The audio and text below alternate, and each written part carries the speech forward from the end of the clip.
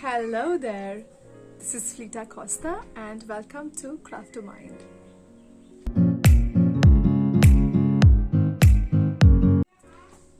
In today's video we will see how to make a bonnet.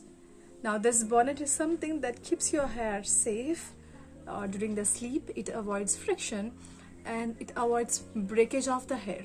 Secondly, they also don't become frizzy and the texture remains soft, they don't become rough. Also, you protect your curls, especially if you have textured hair. Before we start the video, there is a small story behind this. In 2020, I had started this venture called Craftomind, and I would take orders for handmade products, which included headbands, scrunchies, which also included bags, embroidery projects, and various other things with what the client asked. And here, one client happened to ask me about bonnet. That time I researched a little, and before giving a product to a client, I wanted to try it out to make sure it's a good product.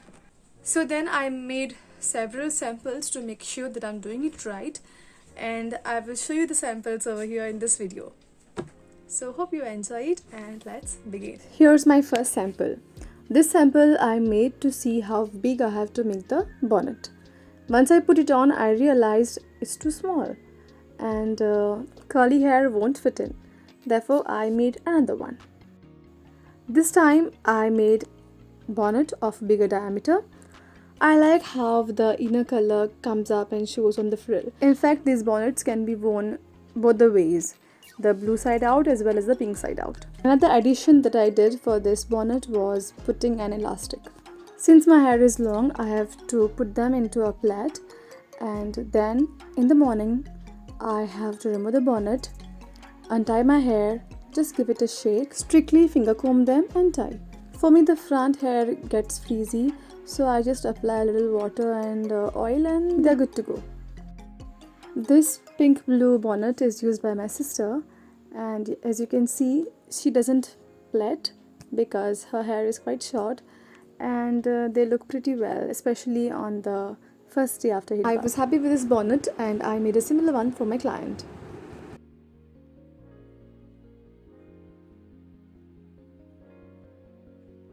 To check if I have to make a bigger bonnet for my hair, I made another one. This time the diameter was quite big. I used only one sheet of fabric for this one, as again this was a trial piece and I didn't want to waste much fabric. The outside of the bonnet, which is seen by others, doesn't look that good. It's not pleasing at all. So to wear this bonnet, I will tie my hair. So I will make 3 sections and then plait them. Initially I wouldn't plait my hair, I would just put the bonnet and sleep. And by morning the bonnet would be out somewhere and my hair would be all over the place. So then I realized that my hair makes the bonnet heavy and it comes out of my hair, like it would pull down the bonnet. And secondly, this bonnet did not have elastic, and if at all by any chance my hair was wet, it would furthermore add to the weight and the bonnet just wouldn't stay during the night.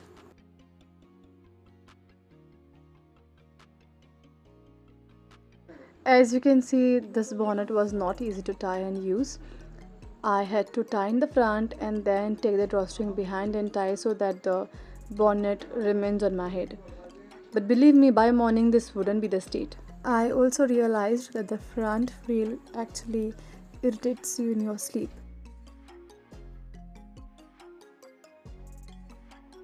I bought a black fabric for this bonnet. I wanted this bonnet to be nice and decent to be worn in public. Therefore, a black one. I bought satin fabric which had 45-inch width, and I bought 1¼ meters. Now say suppose this is your fabric. This is 45-inch and this is 1¼ inch. What you do is first you fold this fabric. Okay, you fold it nicely. Alright, now there are double sheets over here, and from this fabric you need 2 circles of approximately equal size. So what you'll do is this breadth and this length is not matching. Therefore, you make sure you have a proper circle. Mark this area. Okay, and now fold. Fold. Now, you have to cut this way. So to make the process easier, I'm folding another time, but this time vertical fold. Okay, and now I will mark on this here. Measuring tape, I will mark on this. And then cut.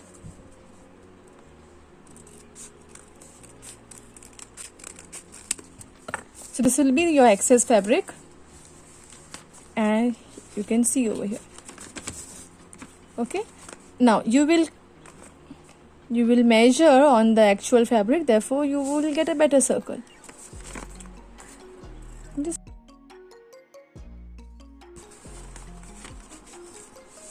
The same way now I will mark on my fabric. When you're folding the fabric, it's better to pin it because it is satin and it keeps on moving. So you pin it and add the next fold. Pin the next fold and so on.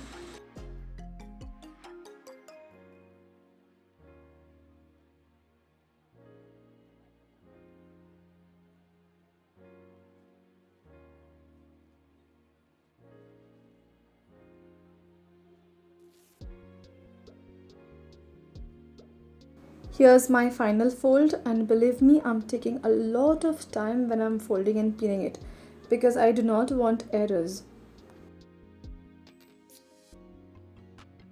Finally, once I was happy with my fold and I was sure that everything is proper, now I will mark the circle. I will mark 1/4 of the circle. I'm taking the radius to be 13 inches. This goes very much similar to how you cut for umbrellas cut.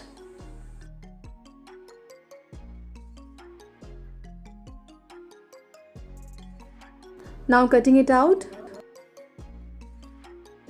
Since we have used a lot of pins, you have to be really careful when you're cutting. So the pins shouldn't come your way when you're cutting. So be slow and take care of your scissors.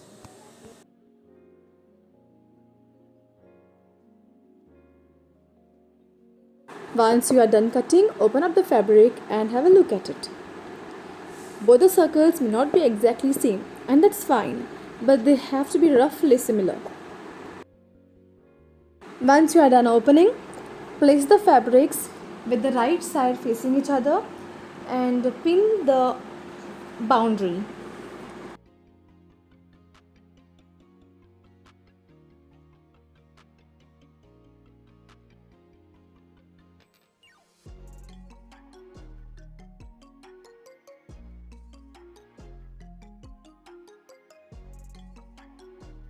You can see the little hands come for help. So here you can see how I have pinned up around the borders, and the right side is inside. I also cut out a narrow piece of fabric to use as a drawstring, as I was not sure if I'll get a drawstring or not. So I just, for emergency purpose, cut a piece and kept.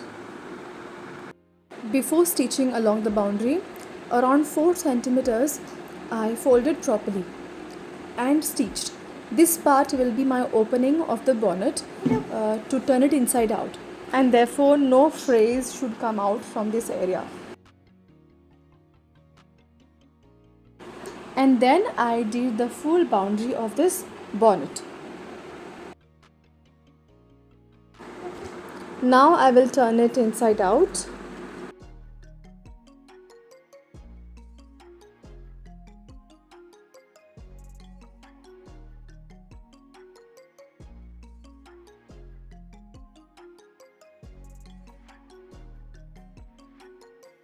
Once the bonnet was completely inverted, this is how it looked.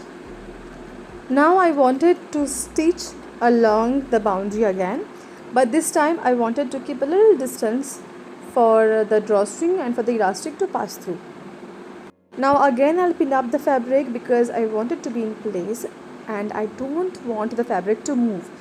So I started pinning up along the boundaries. But some fabric was difficult to remove out, and even if I pulled it out after I pinned it, it would go inside again.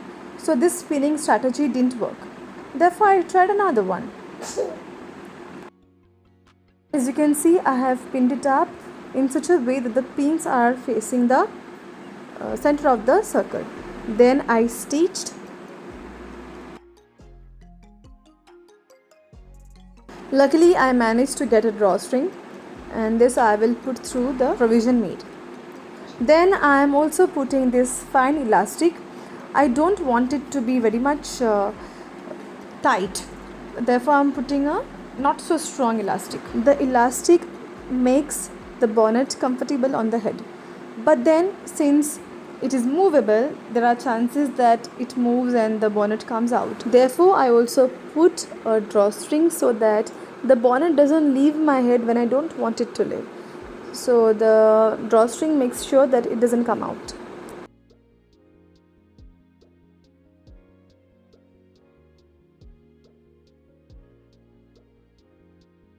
I apply gel whenever I want them to be nice, but this time I haven't applied, so they are in an okay state.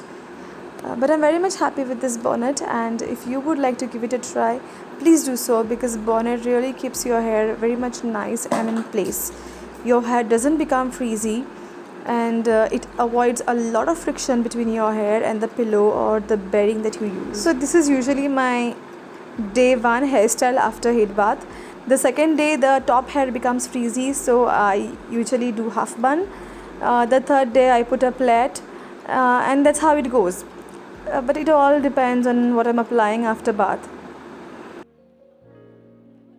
If you liked the video, please give it a thumbs up, write your comments in the comment section, and subscribe to the channel, share it to your other friends who are creative, and hit the bell icon so that you are notified when I upload the next video. Until then, take care, bye, see ya.